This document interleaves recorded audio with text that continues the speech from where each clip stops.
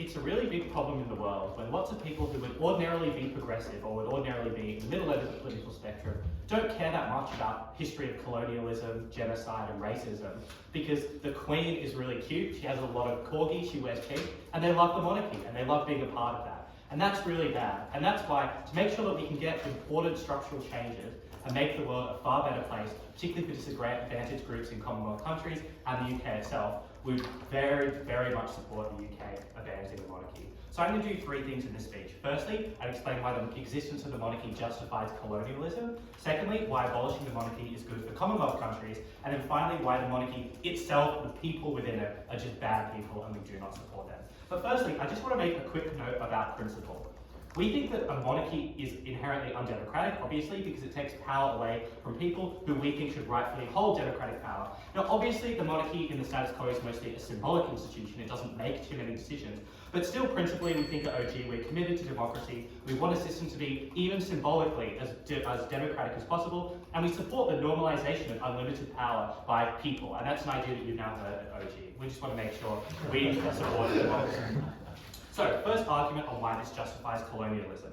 We think the optics and the marketing machine of the royal family is just insane. I'm sure you could all agree with this. Like when you see the whole world tuning into King Charles's coronation, and there's all this pomp and ceremony, and everyone really loves it. It's like got one of the highest ratings of any event in years. When you see royals touring Commonwealth countries, literally like celebrities, getting off to huge crowds in Hyde Park. When you see the insane cult of personality that Queen Elizabeth had, as this cute lady who has lots of corgis and owns swans and wears pink and gives these really nice messages every Christmas, everyone really loves her. And that creates an image of the royal family overall as these lovely, harmless people who are just benevolent and, importantly, symbolic of the UK itself, that it is harmless and benevolent itself.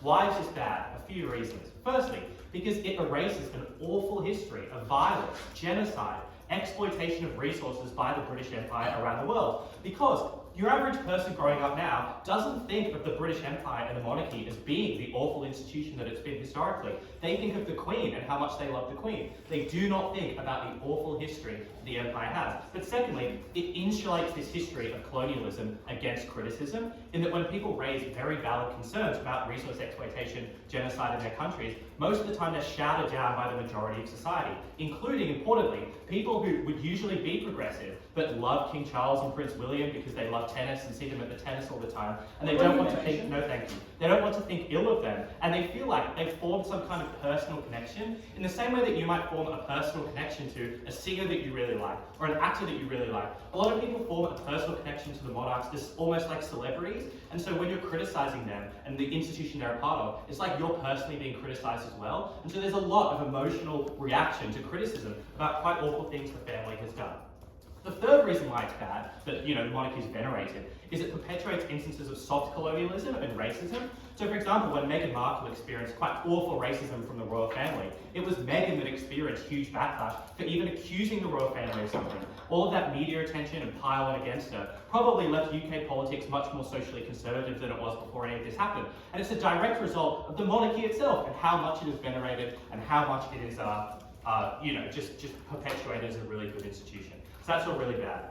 My second argument in the speech then is why abolishing the monarchy isn't just good generally for social issues, and particularly in the UK, but it's also good around the world for Commonwealth countries. So when the monarchy is abolished, for Commonwealth countries like Australia, our head of state is no longer the king or the queen, and we most likely become a republic, we have an elected president. Why is that good? Firstly, it is enormously cathartic to Indigenous Australians, and this is really important, because it is profoundly offensive that our head of state is from a family that is responsible for genocide, ethnic cleansing, eugenics, and an awful history towards one of the most disadvantaged communities in the world. And all the harms from my first point actually apply here too. When Indigenous Australians criticise the monarchy and call to become a republic, to change the date of Australia Day, not many people support it, or not enough support it to actually get changed. Not because they are racist or hate Indigenous Australians. A lot of these people are otherwise quite progressive, but it's because they love the monarchy and they don't want to become a republic. And that's really bad because it stops important changes. It means that Indigenous Australians spend every day reminded of their continued oppression. Every time they see the Queen's head on every coin or every banknote, that deep down their country is built on their genocide and doesn't care about that. And it's much better if we become a republic. There is no reminder of that. Secondly, we just think that countries around the world have less kind of parasitic ties to the United Kingdom politically. Obviously, most Western countries will still form some kind of broadly Western coalition, but we think if we're not necessarily tied to the royal family in that way, there doesn't necessarily have to be the kind of exclusive trade agreements with the United Kingdom that you might otherwise see, or this very parasocial relationship where we automatically follow the UK into things like Iraq rather, and that's really important because, you know, we don't want to be a country and we don't want the Commonwealth to be an institution that just rampantly follows the United Kingdom into every bad decision they make geopolitically. So my third argument in this speech, and I'll take a point of information from either of you after I finish this, my third argument in this speech is that the monarchy itself is bad. So that NPOIs from opening or closing. Oh yeah, you say that the existence of the monarchy justifies colonialism, but when Queen Elizabeth apologised for some of the crimes of the royal family, don't you think that sent the opposite message? No, and that's for a number of reasons. Firstly, because the crimes that Queen Elizabeth is apologising for, probably the most milquetoast version of the awful things that the royal family have done over time. Secondly, because when people see that kind of thing, it doesn't actually change their opinion when it comes time to criticise. It's actually just an additional defence to doing anything in response to those issues. Because, you know, when we ask for reparations to countries that have been pillaged by the British Empire, another reason why people defend that is to say, well, we've already apologised for that. The Queen's already apologised for that. It's not the current royal family's responsibility to make any different decisions or to do anything more. So actually, it's a harm that you see people that you love or feel a personal connection to apologising, because it makes you feel like they're the sympathetic ones, that there's no reason for us not to side with them, that they're actually being the ones who are persecuted. Anyway, third reason why the monarchy itself is bad. The members of the monarchy itself are just so privileged that they do awful things in society. It's like Prince Andrew having fun and games with Jeffrey Epstein and bragging about that on TV. It's like Prince Harry bragging about his kill count in Afghanistan on live TV to media. And that's really bad because the coverage of that is obviously quite confronting and offensive to certain people. But importantly, the monarchy, it means, lends resources to covering up scandals that are really bad. So the royal family, let's be honest, is probably spending a lot of money covering up the Jeffrey Epstein scandal, because if it is found out, it implicates one of their own. And that's really bad for the world around us. Aside from the fact that they just spend so much money on tourism and the royal family itself and their events, and it could just be spent so much better elsewhere, for all those reasons, please side with those.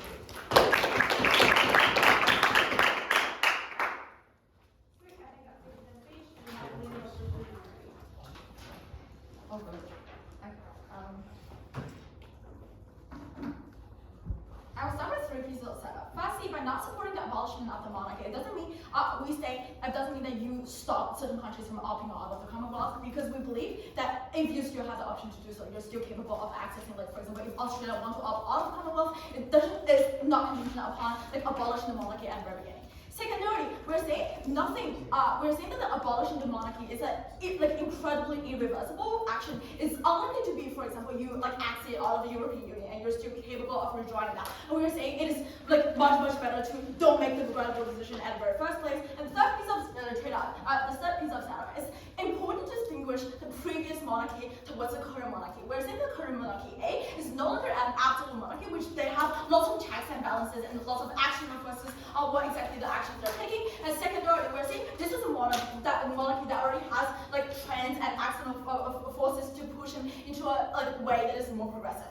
Okay, three arguments. Firstly, why does Hurts national identity? Second of all, why does Hurts charities? Third of all, why does Hurts Commonwealth countries? Starting with why this domestically has national identity. Even though there is a current trend of like decreasing political support, because like people probably a little bit do not like Hurts, comparatively speaking, to Elizabeth. However, we are saying that the reason why the United Kingdom don't have lots of civil wars, don't have lots of internal fractions, do not have lots of geopolitical issue, is that even though the country is fractional to some extent, there's still an underlying cohesive power that stick them together, which is exactly national identity. The analogous example we see are more likely to be like Thailand and Japan, even though they have lots of like demographics and they have like conflicts within the minority, but they don't have like large scale of like violent conflicts, and that is something that the monarchy was capable to avoid within the past centuries. And the second reason why lots of communities and lots of like very conservative society right now have like reflecting on themselves, and the reason why they think about colonialization is because monarchy is a thing that links back to the previous thing and previous mistakes have done. This side have to burden of proof. If there's a fresh new democracy, completely do not have the link to previous colonialization. It is extremely unlikely that the United Kingdom is still have incentive to like wash their reputation. They still have incentive to like offer reparations and for example, compensation programs and loans to those countries who they previously had. We say just simply talking shit on the previous monarchy doesn't prove that they can actually solve the problem of previous colonialism. Okay, what is the impact of demolishing national identity? Firstly, we're saying you actually has political stability. Why is that incredibly important? Because we've seen constant changes of politicians member, and we have seen constant change of prime ministers within the British system, and we're saying if you just do not have a cohesive power again, this constant change of political system might fracture into a larger extent that has the possibility of, for example, defracturing the British parliamentary system, that has the possibility of for example, evolving into a republican government, and this is the possibility that a side government has to propose. Why is it bad? Because firstly, we're saying that the stability of British government ensures the stability of the currency, and secondly, we're saying that the stability of the policy to a relative extent ensures that the investors will have the confidence to invest into certain businesses, and the entire country will function economically stable. And we say this is also important for a global perspective because the abolish of monarchy, which means that there were huge shocks to the economic market, and they have to prove that this kind of shock and this kind of constant change will not actively change the investor confidence into a way that will hurt the people in our society. Because we're saying this constant economic crisis will be very, very likely to offer this shock to the people who are currently previously working in these certain industries that will be changed because of this abolishment. The second argument is why this is actively hard charities. I think this directly clashes with opening government's argument about how these royal families are actively doing bad things and actively doing malicious things.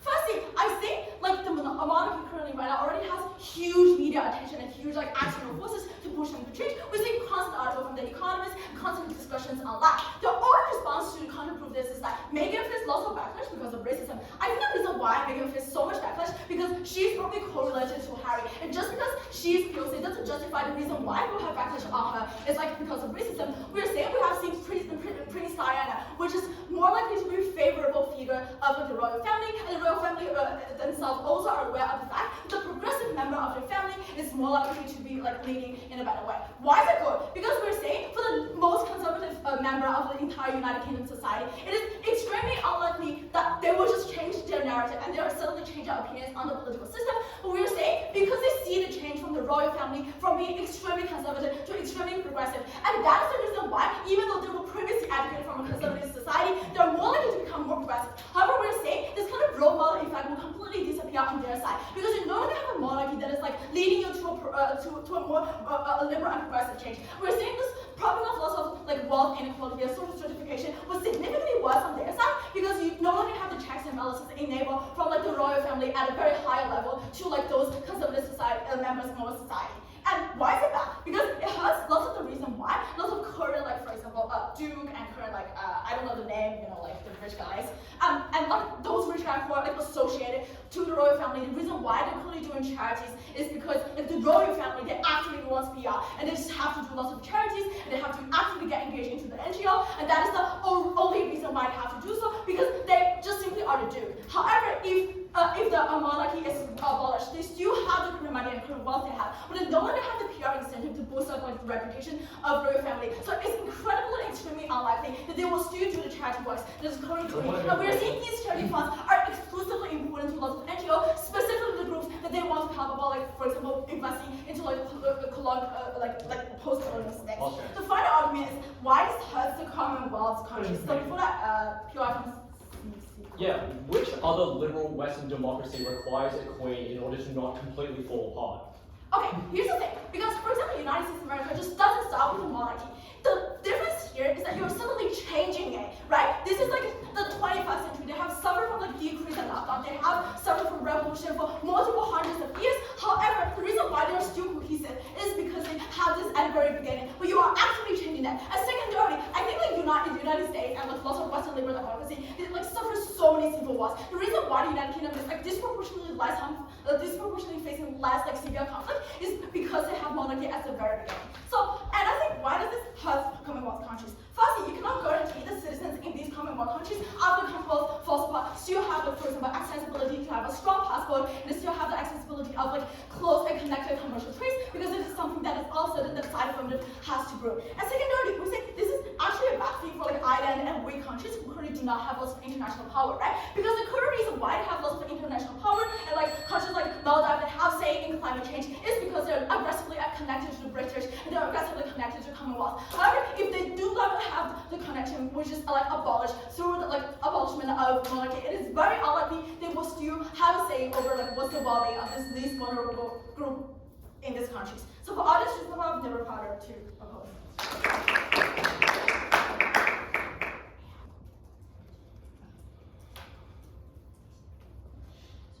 We are willing to trade off maybe some islanders having a slightly weaker passport.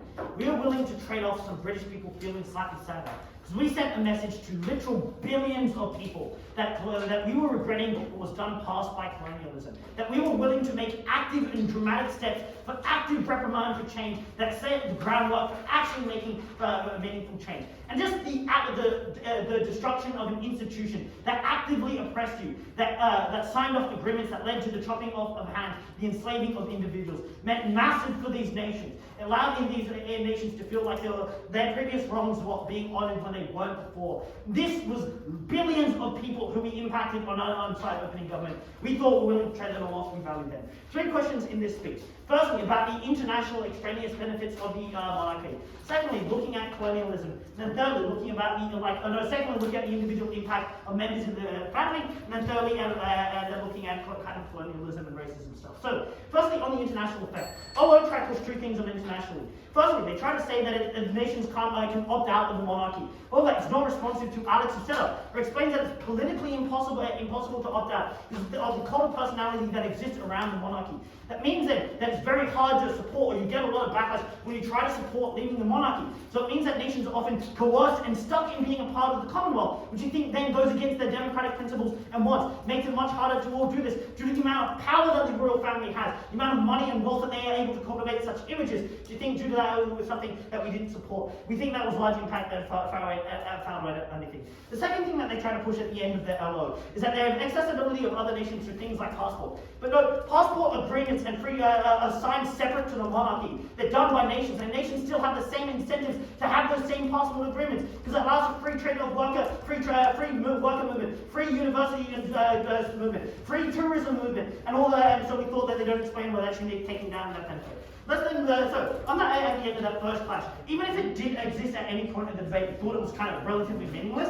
The point that it's empowering the most privileged people in the world. Honestly, why we want to care about them. Thought that was a very low scale and low size impact. Secondly, let's look at the economic and kind of individual impact of people in the family. They have one main push here, where they say that often these individuals act as a role model, and there's a lot of change in power that can be created within the family. The first thing that I want to note is that the first point of characterization is why people in these families are more likely to be bad than good. And the goal of this is to show that most of their on there, it does more harm than good. So, 2 main reasons. Firstly, these individuals are just disconnected. They do not engage with most people and most common people in any meaningful way. They live in their own worlds that are so massive and so disconnected from everything. But secondly, they have massive amounts of privilege because they have so much wealth and control. They do not actually understand the struggle of any single individual. So the best case scenario, maybe they do charity, but they do it so incredibly poorly because they don't actually know what a good act looks like under their side. In the worst case, these people are just abhorrent. They do actively harmful things and they're able to get away with it. It means that they're able to sex traffic children, which is a massive harm which we wanted to avoid, like it did with Prince Andrew.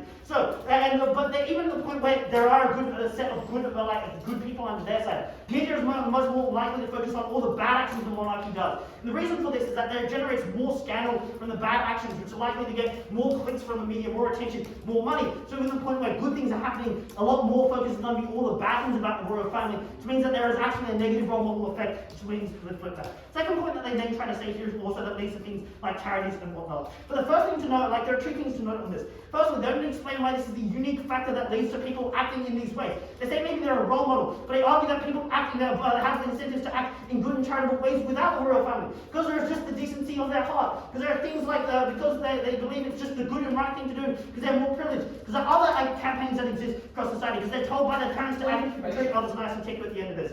And so it meant that, but secondly, charities often act independent to the Crown. Something like St. John Ambulance, for example, earns a lot of money locally in Australia without any connection to Crown, earns money from something like the City of Sydney. And so these things are going, and the government, the UK government has still incentives to push these other things. The final thing to note is that we explain at the end of this, in this point of DLO, that the royal family is just a massive waste of money. Should be valuing this over the reputation taking harms. And you should be valuing this as one of the highest contributions in the round, because it was concrete and certain. They concede at LO that the monarchy has no role. It's a constitutional, it's constitutional, and so that means it brings very little effect. And the point where it's wasting money on it, £100 million each year on it, we think that was likely to be quite bad, and that money could be spent elsewhere. And that was a large scale, because it could be massive refits of NHL's hospitals each year, which are concrete things that help the people, or it could look like having the cost of living crisis.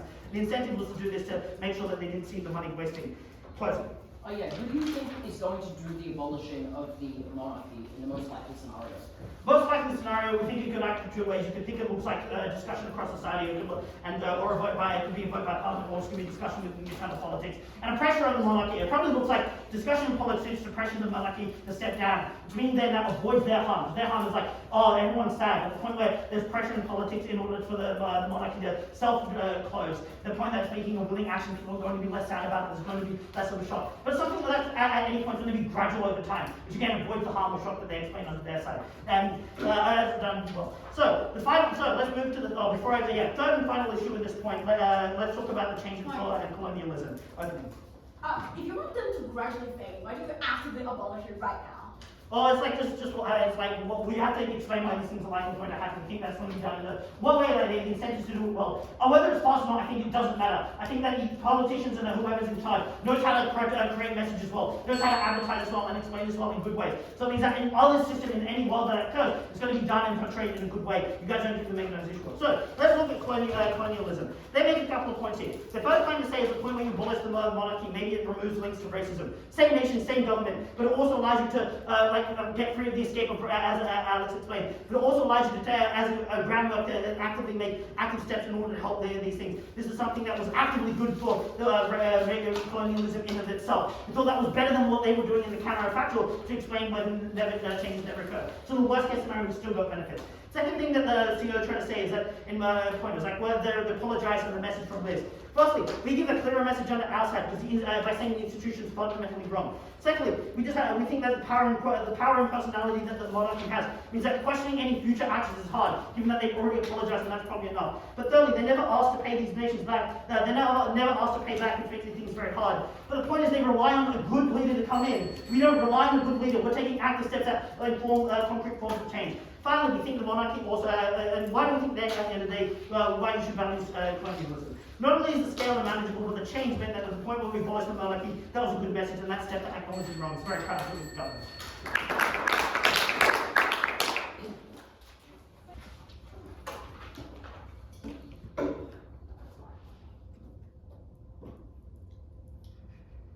It may be unintuitive to listen to a case that is pro-monarchy when it seems in society that everybody hates all of the royals. But I'm going to ask you to bear with me for this wonderful 7 minutes and 20 seconds and just hear me out, because maybe there are some benefits to this monarchy. But the problem with the harms that you hear at OG is they're just not necessarily solved by abolition. And that's because people will still be racist, the history of the monarchy will still exist, it will never be forgotten, and frankly, I think it is far, far worse on a world in which you remove the monarchy, where Britain is far more likely to do things just say, well, none of that colonialism ever fucking happened because we're not part of that monarchy anymore. That seems like a massive harm they have to incur. We would far rather a world where we keep the monarchy, we accept the things that have happened in the past as bad, and we move on from it. No, we don't move on from it. We live with it and we strive with it. But importantly, they never engage with the clear harm that we give you, which is that the people in the UK love the monarchy. It is fundamental to their identity. They feel a clear connection with the crown and with the things that it stands for. You obviously should not support a popular that will be deeply, deeply unpopular domestically. They never respond to this. We obviously take this debate as opening opposition. 2 things in this speech. Firstly, I'm going to address OG, and secondly, I'm going to whip some of Annika's stuff. 4 claims from OG. Firstly, just a quick point on setup, which is that it's inherently undemocratic. And I'm going to address this briefly, which is to say, obviously, yeah, it is undemocratic in the sense that you do not elect someone, they are born into the role. However, that is unimportant insofar as they have no political power, i.e., the leader of the crown cannot make political decisions for the country. They are still determined by the parliamentary system run by a prime minister, which means it is not necessarily undemocratic because they actually do not have the political power to make these sorts of decisions. That point falls out of the debate. Second thing they tell you is that it does things like support colonialism. First claim here, there is a cult of personality. People are drawn to them because they have corgis. I would argue, firstly,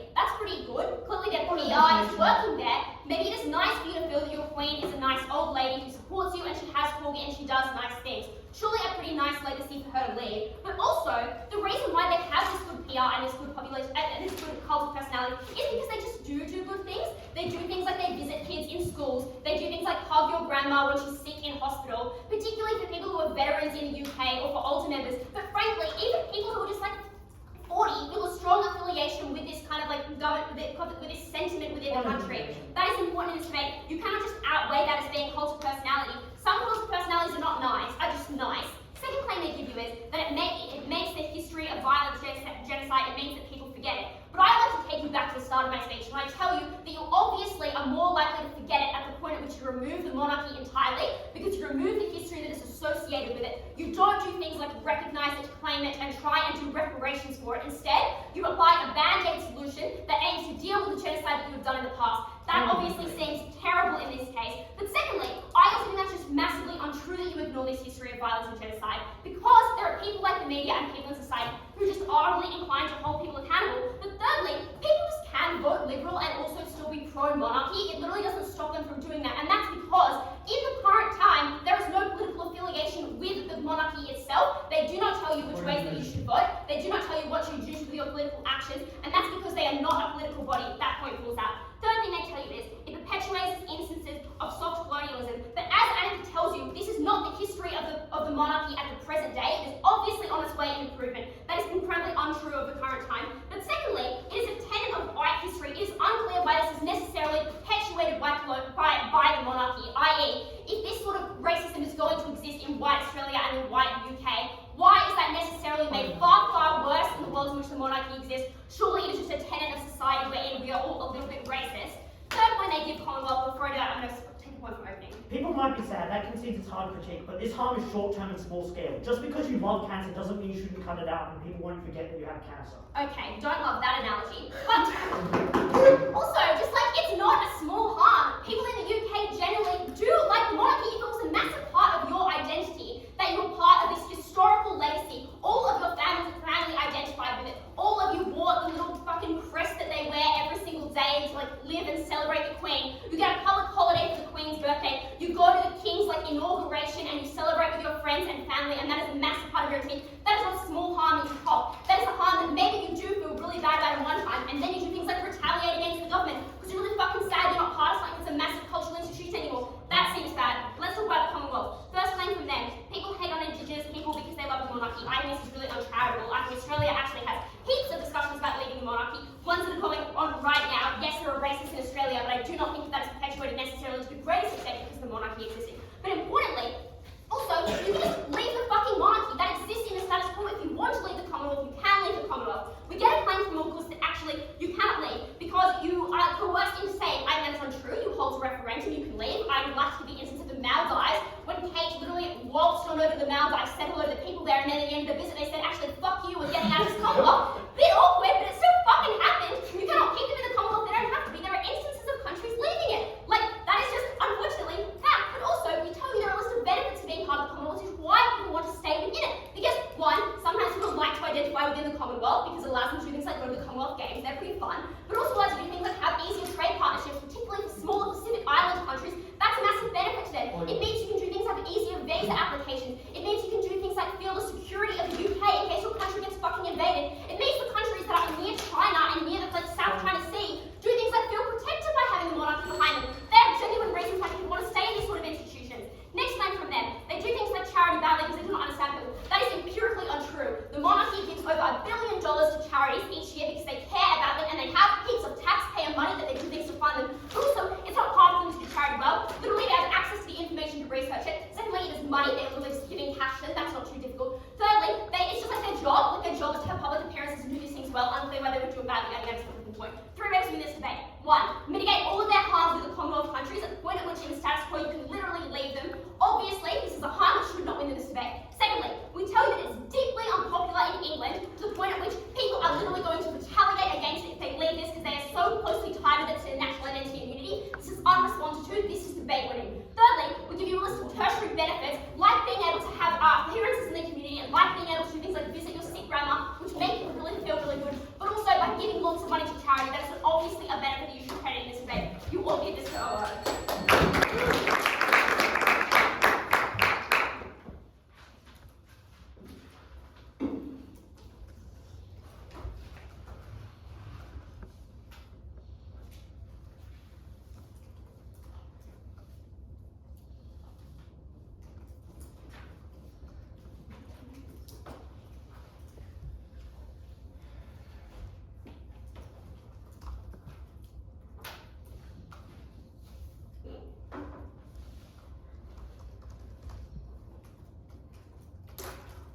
problem with this opening half is it was rather vague, the impacts are rather far-stretched, and quite frankly, I think that a lot of the analysis could still apply when there's a queen that exists, a royal family who is still alive, children who are still born, they're just no longer the head of state for England. So what I'm going to do is provide 3 independent benefits which the actual delta of this day targets. That is to say, what happens when the monarchy is at the head of the state and what happens when the monarchy isn't.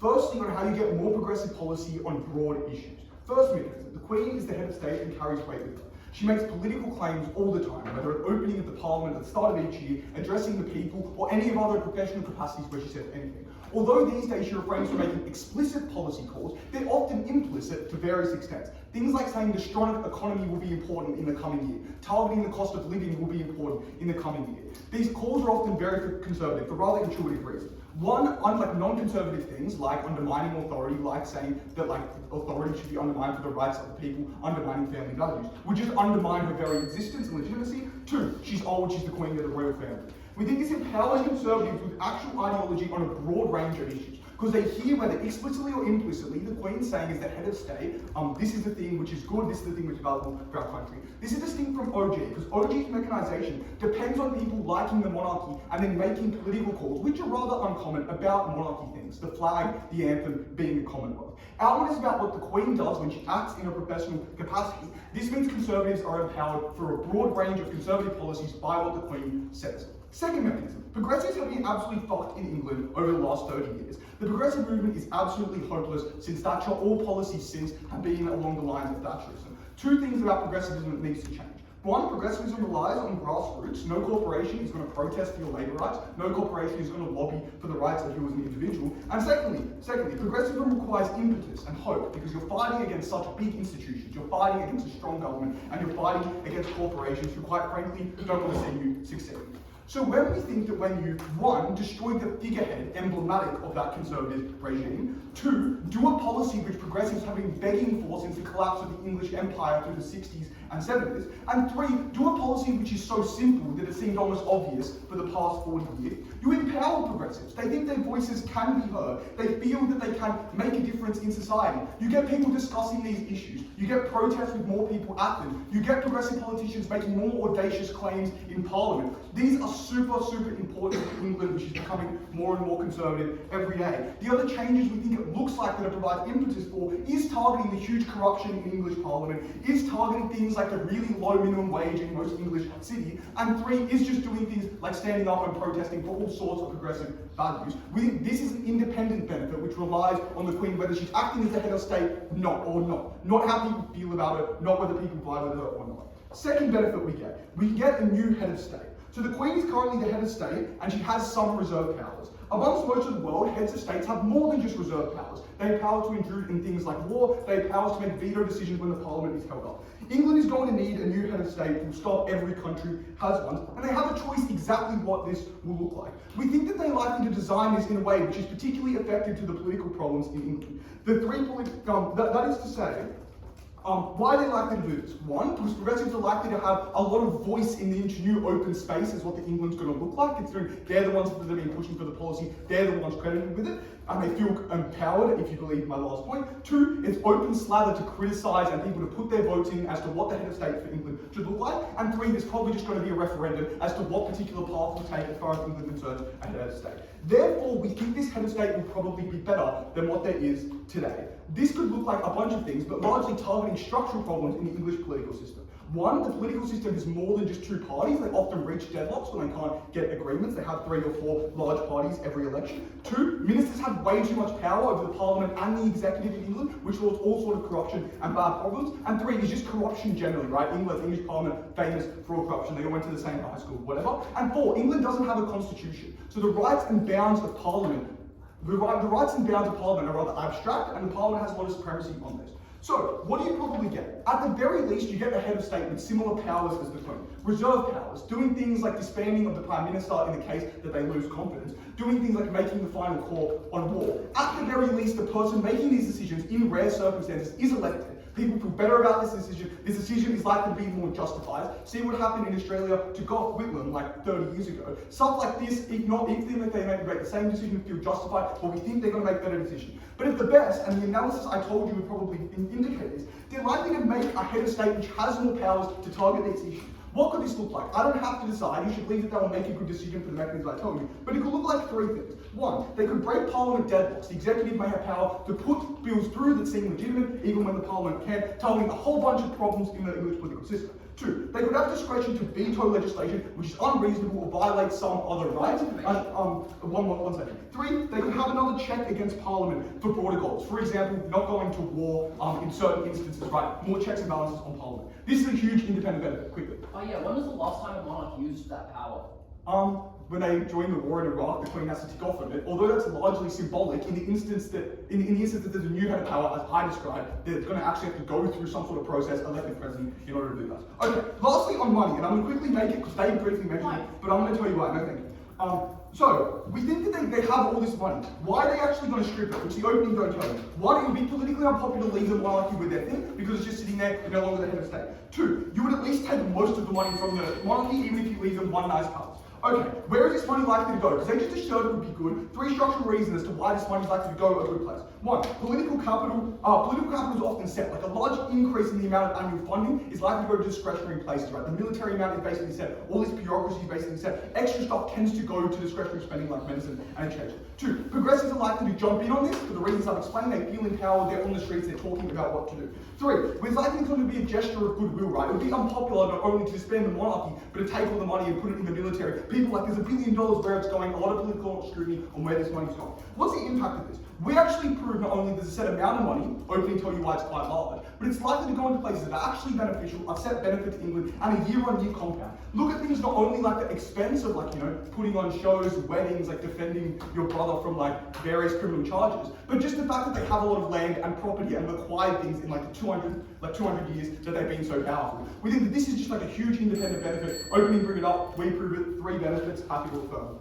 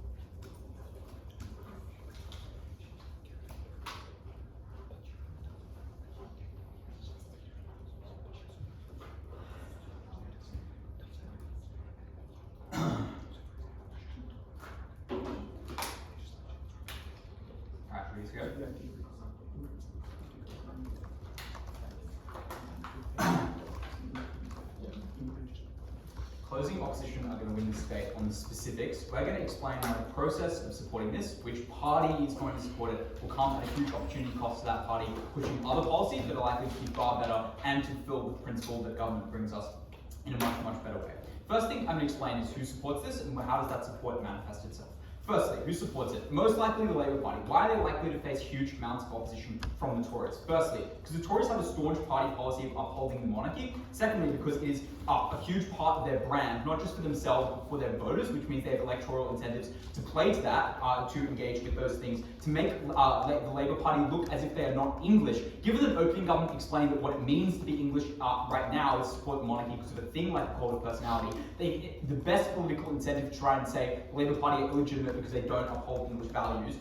Then thirdly, it is a party that is full of self-professed monarchists, which means that they are likely to provide enormous amount of opposition. So the likely scenario of how this monarchy is abolished is just that the Labour Party supports it and is working against the Tories.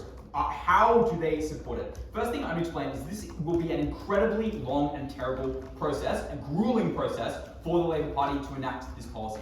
That is because, firstly, as we explained before, there's likely to be a huge amount of opposition they get against it. There's a huge amount of just general opposition they're likely to face. Secondly, because this is such a wide-scale policy, you would have to be in government to pass it, which means the only time in which it occurs is when the Labour Party get in government. But that opposition means that they are less likely to do so. That is that when they're saying, elect us and we will uphold that we will abolish the monarchy, it means that it is delayed, it happens far, far later.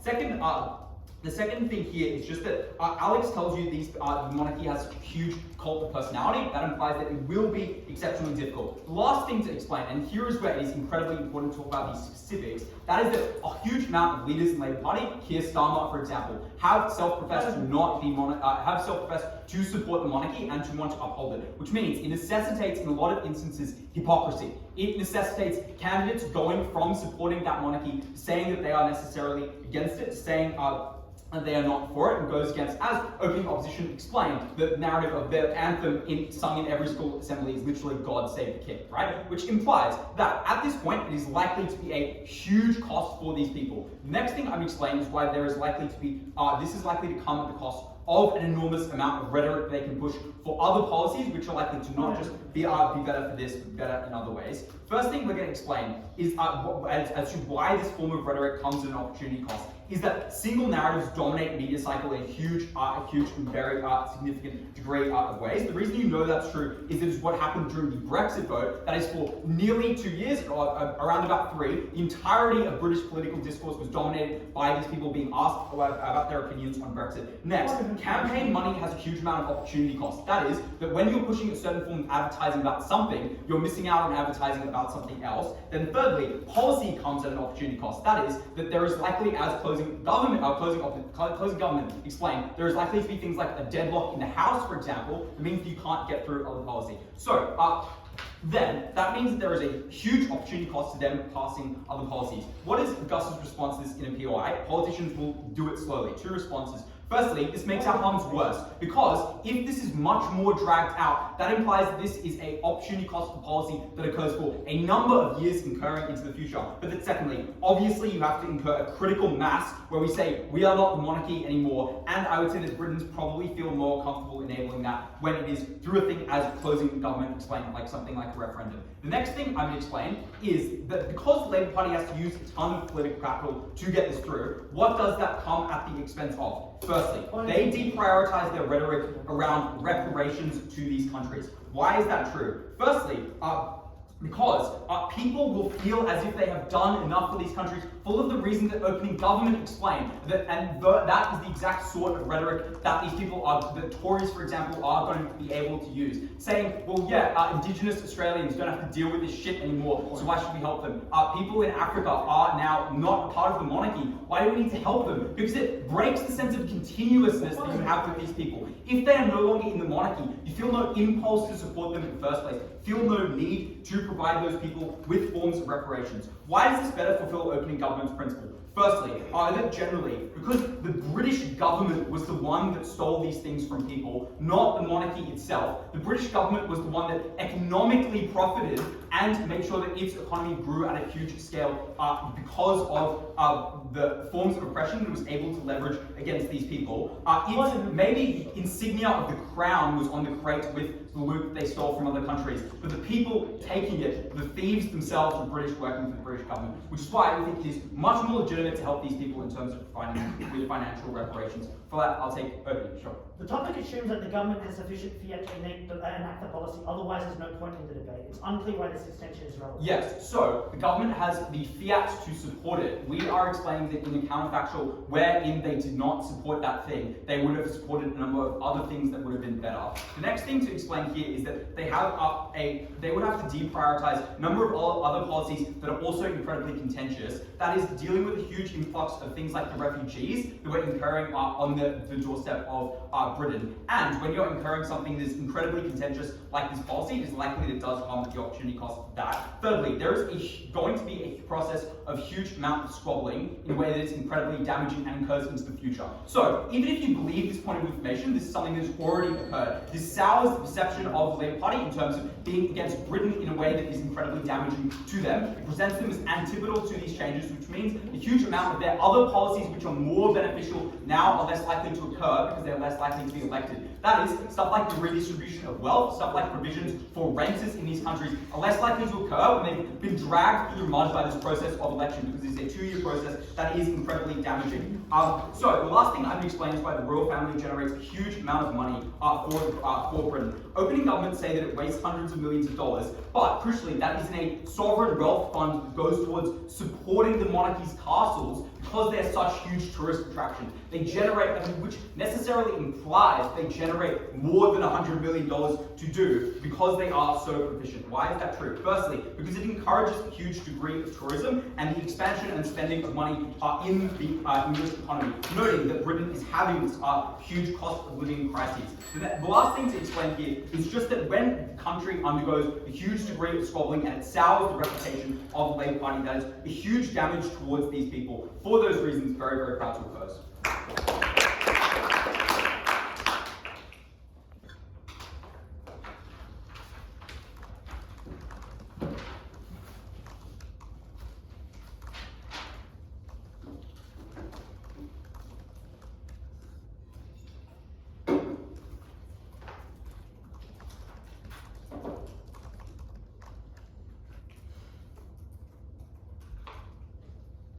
When the Queen said that Britain should live within its means, propping up Margaret Thatcher, while literally sitting on a fucking throne, on a throne and wearing a crown, that was the influence that the Queen had on politics. That was the issue that our extension solves. The thing I want to point out at the start of this speech is that this is prospective, which means that a lot of the physical and legislative things that this opening opposition talks about will still exist. Like, why the hell would you get rid of all these trade agreements that you already have? Why would you get rid of all these military agreements that you already have? Because you have made those things. It's unclear to me why you would just get rid of all of it because you got rid of the Queen. It's really unclear because it makes more sense to me that it's just way easier. It's way more convenient for you to keep those things around because you spent the time making those things. You still have those military connections. It's really unclear why those things happen. The issue that Alessandro points out in the top half of this debate is that the royal family will still exist physically, which means that a lot of the things that happen in this debate will still accrue. However, the delta in this debate, the thing that we explain to you, is the political reinvigoration of the left. We deal with their claim about Labour not actually being able to do anything right now. We reinvigorate those parties, and that's why we're going to win this debate. The first thing I'm going to do is defend our extension on political reinvigoration and take down their weird, squirrely type of thing about how this would be really difficult. What does CO tell you? CO tells you that Labour is likely to do this and it'd be really, really difficult. And the cost of this is to stop doing things at the cost of doing this. However, the problem with this is that empirically right now, Labour isn't able to do shit. Labour can't do anything. Alessandro provides you the characterization that the left right now are downtrodden because they have a central figure that is imposing conservative values and has been since the time of Thatcher. That was the characterization we brought at Alessandro, not contested at opposition member. The reason why that's important is it means there is no opportunity cost. Labour isn't doing anything anyway, so this argument doesn't really make any sense. However, the things we tell you that Labour is now able to do as a result of this motion means that Labour gets that power into the future. We tell you that once you get all the revenue from the Queen and the royal estate, you can do good things with that money. You can do politically good things that you weren't able to do because you didn't have that capital before. Secondly, you have a cool head of state. You have a head of state that actually does things. You have a head of state that intervenes when there's bullshit happening on in government. That was a benefit we provided, not responded to at member. The final thing is that it reinvigorates progressives. It demolishes political stasis because once people are no longer able to hide behind the conservative rhetoric of the Queen, that enables social progressivism. That means that people who were going to be progressive otherwise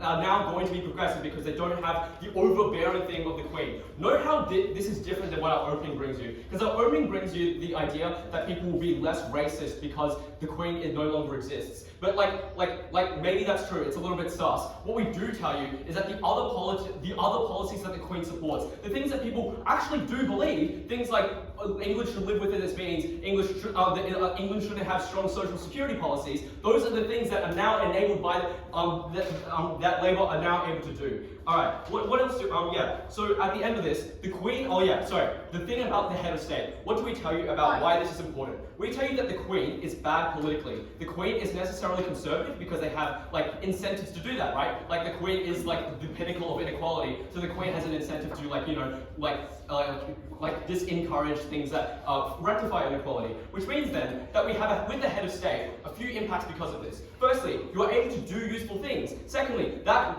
head of state is democratically elected. The reason why that's important is because we don't actually need to prove that the head of state is going to be done well. We just explain that the Queen right now is bad, an alternative that is democratically elected is better. Yeah, sure, open.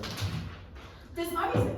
In the French Revolution, it took years to establish a functioning political and conservative economic system. Your speculative societies will not be more progressive. Do you believe all conservatism is like uniquely tied to monarchy, that their power just will suddenly evaporate?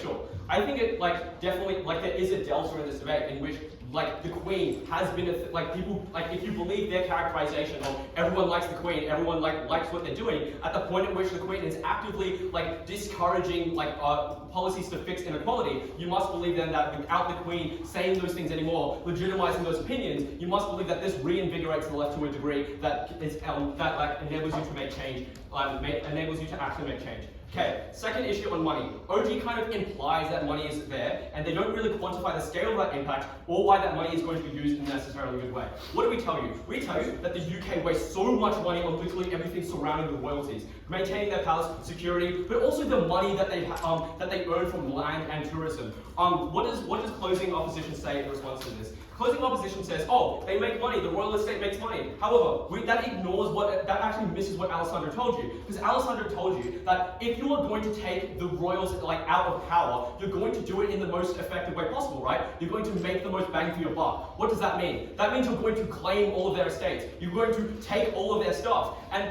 those things still exist. Buckingham Palace will still exist. People will just visit those places. For instance, people visit the Palace of Versailles and those royalties no longer have their heads. So it's unclear to me why you need the royalties to have that tourism in the first place. What is the impact of this? It means you now have a huge amount of money. OO tells you that these people do charity and all that sort of stuff. That's useful for us because it means now, the reason why people defend the royalties' existence is because they do charity. Now that we have all of that money, the impetus for that money to be used towards charitable goals, the incentives still exists, right? Which means that people in power are likely to use the money in efficient ways. They're likely to use that money in ways that are probably more efficient than an out of touch monarchy. Yeah, sure, I'll take it on. Okay, do you just not care about some British people being sad because they can no longer engage with their culture significant festivals? Yeah. Okay, what does OO tell you? OO tells you a few things. Firstly, they tell you that, you can distance the responsibility from history and you can shirk responsibility. I can just counter-assert that this is just the next step. I can just counter-assert that this is the first step in completely lampooning the royal family. This is the next step in completely crossing their names out of the history books and completely dirtying their legacy. So this doesn't really make sense. Secondly, they tell you that this fractures the identity of Britain. Again, like I said, why do I care about this? What is the harm of this? Because when Princess Diana, the most popular royal, died, that was saddening. That was a bad thing that happened, but people got over it. So it's unclear to me why this harm was the thing that broke the country, like I flagged in my POI to insufficient response. Lastly, on our opening, they tell you colonialism, people believe racism is bad now, and Commonwealth countries are easier, Commonwealth countries, whatever. We told you at Alessandro that this is kind of nebulous, maybe some people become less racist, but we tell you for certain you get money that you can use for good things, you reinvigorate the political left, and that's why you should vote CG.